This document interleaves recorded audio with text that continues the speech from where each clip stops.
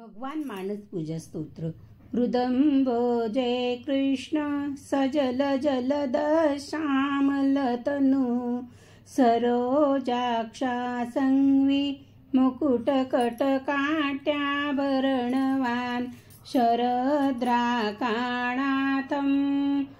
प्रतिमवदन श्रीमुरलिका वहन ध्येयो गोपी गणपरिवृतं कुङ्कुमचितहा पयोभ्यो द्विपाण मम हृदय माया हि भगवन् मणिव्रातभाज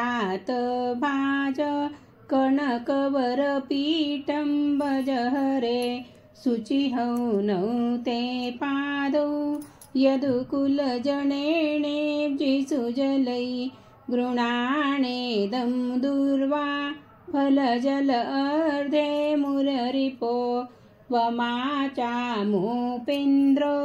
त्रिदशसरशिशम्भोति शिशिरं भजस्वेमं पञ्चामृतफलरसात्पालनवगं युदिन्द्या कालिन्द्या अपि कनककुम्भस्थितमिदं जलन्तेन स्नानं कुरु कुरु कुरु वाचमणकं तडीवर्णे वस्त्रे भज विजयकान्ताधिरहरं प्रलम्बारिभ्रातं मृदुलमुपवीतं कुरु गले ललाटे पाटीरं मृगमदनयुक्तं धारय हरे गृणाणेदं माल्य शतदलतुलशादिरचितं दशाङ्गधूप शरदचरणाङ्ग्रे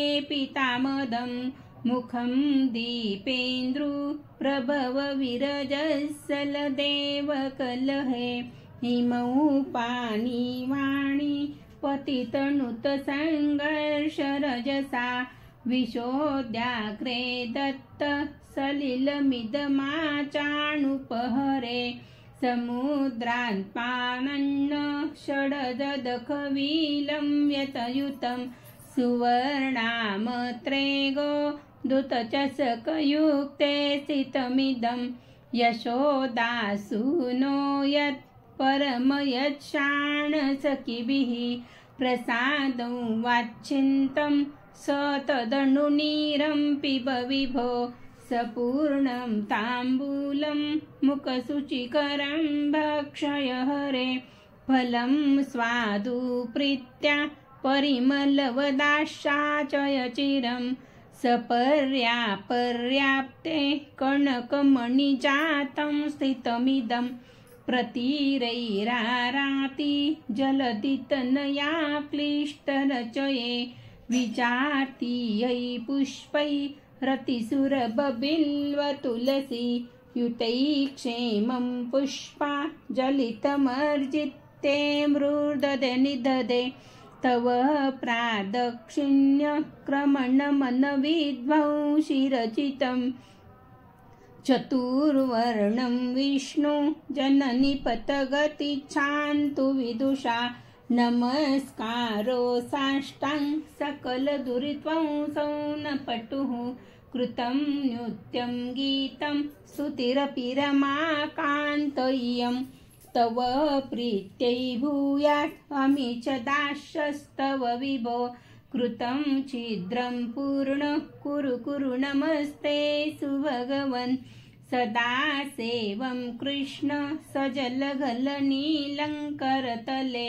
ददानो दध्यन्न तदनुतवणीतं मुरलिकां कचिद्दानकान्तानां कुचलकशपत्रारिरचना समासक्तस्निग्धैः स शिशुविहारं विरचयन् मणिकर्णिचया जातं मिदं मानसपूजनम् ये कुर्वन्तोऽसि प्राज्ञ तस्य कृष्ण प्रसीदति।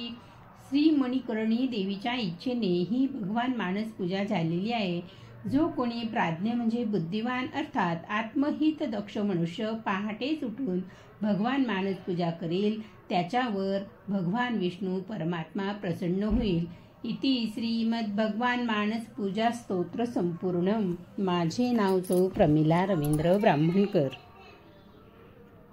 प्रमिला छंद सौ प्रमिला रवींद्र. भगवान मानस